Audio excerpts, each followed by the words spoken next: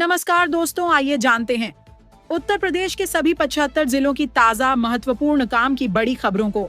लेकिन उससे पहले वीडियो को लाइक, चैनल को सब्सक्राइब जरूर करें। उत्तर प्रदेश समेत पूरे देश के करोड़ों किसानों के लिए बड़ी खुशखबरी सामने आई है।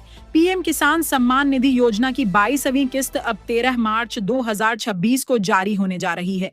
लंबे समय से इंतजार कर रहे किसानों के खातों में 13 मार्च को 2000 रुपए की राशि सीधे खाते में ट्रांसफर की जाएगी। मुख्यमंत्री योगी आदित्यनाथ के डिजिटल उत्तर प्रदेश विजन के तहत प्रोजेक्ट गंगा शुरू हुआ है। इसके तहत हिंदुजा ग्रुप के साथ मिलकर यूपी के 20 लाख ग्रामीण घरों तक हाई स्पीड ब्रॉडबैंड पहुंचाया जाएगा, जिससे 1 करोड़ लोग लाभान्वित होंगे।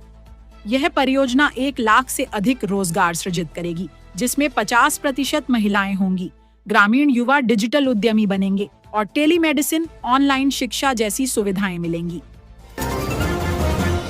2 अरब रुपए से सुधरेगा BSNL का नेटवर्क। यूपी के 2000 गांवों में बिछाई जा रही OFC केबल गोंडा और बलरामपुर में BSNL 2 अरब रुपए खर्च करके 2000 गांवों में ऑप्टिकल फाइबर केबल बिछा रहा है।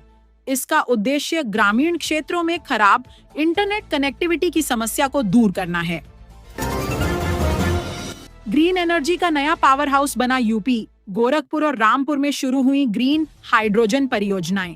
योगी सरकार ने कार्बन उत्सर्जन कम करने और वैकल्पिक ऊर्जा अपनाने के लिए गोरखपुर और रामपुर में 2 बड़ी ग्रीन हाइड्रोजन परियोजनाएं शुरू की हैं।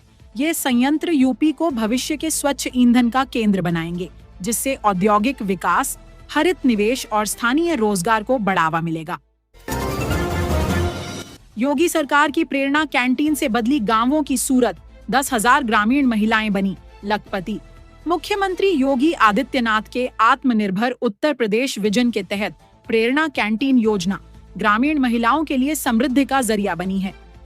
स्वयं सहायता समूहों द्वारा संचालित 2100 से अधिक कैंटीनों ने 10,000 से अधिक महिलाओं को लखपति दीदी बनाया है। ये कैंटीन सरकारी कार्यालयों और स्वास्थ्य केंद्रों पर किफायती भोजन प्रदान करती है, जिससे महिलाओं को मासिक 10,000 रुपए से अधिक की आय सुनिश्चित हुई है। उनका जीवन स्तर सुधरा है और वे उद्यमी के रूप में सशक्त हुई हैं। यूपी में दरोगा भर्ती के लिए एडमिट कार्ड की आई डेट। उत्तर प्रदेश पुलिस भर्ती एवं प्रोन्नति बोर्ड ने 4,543 पुलिस विभाग पदों की लिखित परीक्षा 14 और 15 मार्च को कराने की घोषणा की है। 14 मार्च की परीक्षा के लिए एडमिट कार्ड 11 मार्च और 15 मार्च की परीक्षा के लिए 12 मार्च को जारी होंगे। बोर्ड ने पेपर लीक, नकल और सॉल्वर गैंग पर सख्त कार्रवाई की चेतावनी दी है। सीएम योगी की मां के खिलाफ अभद्र टिप्पणी करने वाले मौलाना के खिलाफ विरोध प्रदर्शन लगातार जारी है। आज सुबह को लखनऊ में प्रदर्शन कर आरोपी मौलाना का पुतला फूंका गया। अलीगढ़ में भाजपा विधायक सुरेंद्र दिलेर की अगुवाई में लोगों ने SSP ऑफिस पर प्रदर्शन कर ज्ञापन सौंपा। विधायक ने मौलाना को चुनौती दी, यूपी में अगर आए तो कोई ढूंढ नहीं पाएगा। यूपी PCL ने उत्तर प्रदेश में आज नए बिजली कनेक्शन की प्रक्रिया सरल की है। अब 300 मीटर तक के कनेक्शन के लिए अलग से लाइन एस्टीमेट नहीं बनेगा, बल्कि मीटरिंग और सप्लाई अफोर्डिंग चार्ज में ही लागत तय होगी। सीएम योगी ने राज्य विश्वविद्यालयों को परीक्षा शुल्क शासनादेश के अनुसार ही लेने का सख्त निर्देश दिया है। उच्च शिक्षा मंत्री योगेंद्र उपाध्याय ने कहा कि अधिक शुल्क वसूलने वाले विश्वविद्यालयों का ऑडिट होगा और कार्रवाई की जाएगी। पीएम मोदी 14 मार्च को पुरुलिया से आनंद विहार दिल्ली के बीच नई रेल सेवा का उद्घाटन करेंगे। यह ट्रेन वाराणसी, अयोध्या और लखनऊ सहित कई शहरों से होकर गुजरेगी, जिससे पश्चिम बंगाल, झारखंड और उत्तर प्रदेश के लोगों को दिल्ली से सीधी कनेक्टिविटी मिलेगी। सीतापुर में कृषि विभाग की एग्री जंक्शन योजना के तहत 17 कृषि स्नातकों को रोजगार मिला है। इस योजना में युवाओं को कृषि सेवा केंद्र खोलने के लिए प्रशिक्षण और आर्थिक सहायता दी जाती है। सरकार का लक्ष्य है पढ़े लिखे युवा खेती और कृषि सेवाओं के क्षेत्र में अपना व्यवसाय शुरू करें। चित्रकूट में मंदाकिनी नदी पर 17 करोड़ 46 लाख रुपए की लागत से 18 मीटर चौड़ा समानांतर पुल बन रहा है। यह पुल झांसी मीरजापुर नेशनल हाईवे 35 पर यातायात को गति देगा और श्रद्धालुओं को जाम से राहत दिलाएगा। योगी सरकार ने कृषि क्षेत्र को मजबूत बनाने के लिए करीब 101 करोड़ रुपए से अधिक की योजनाओं को मंजूरी दी है।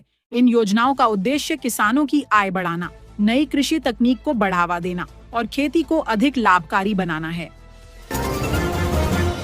समाजवादी पार्टी ने आगरा के यमुना एक्सप्रेसवे पर आलू के गिरते दामों के खिलाफ प्रदर्शन किया। नेताओं ने आलू के कट्टे डालकर एक लेन अवरुद्ध कर दी और पुलिस से नोकझोंक हुई। उन्होंने आलू का न्यूनतम समर्थन मूल्य 1,800 रुपये प्रति कट्टा करने की मांग की, क्योंकि किसानों को भारी नुकसान हो रहा है। प्रदर्शन के बाद राष्ट्रपति को ज्ञापन सौंपा गया और कुछ कार्यकर्ताओं को हिरासत में लिया गया। यूपी में ड्राइविंग लाइसेंस बनवाने के लिए नई व्यवस्था लागू होने जा रही है। अब 16 मार्च से आवेदकों को सेंसर युक्त आधुनिक ड्राइविंग टेस्टिंग ट्रैक पर परीक्षा देनी होगी।